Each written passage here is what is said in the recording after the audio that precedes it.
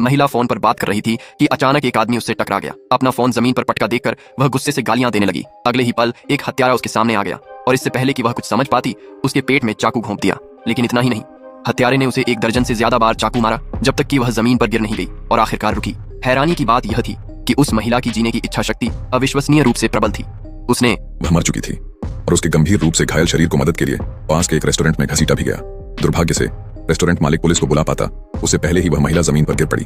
हत्यारा कुछ ही दूरी पर शांति से खड़ा सब कुछ देख रहा था। यह पुष्टि करने के बाद कि महिला पूरी तरह से मर चुकी है, वह आराम से घटनास्थल से भाग निकला। रास्ते में उसे एक और शिकार दिखाई दिया। तुम क्या करना चाहते हो?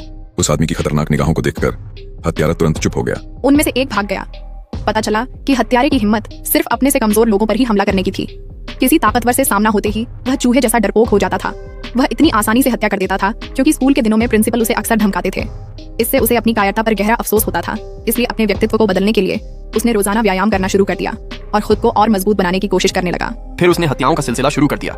लेकिन जैसा कि कहावत है, जो नदी के किनारे चलता है उसके पैर अंततः गीले हो ही जाते हैं। और एक दिन उसने रात में घर लौट रही एक औरत को निशाना बनाया।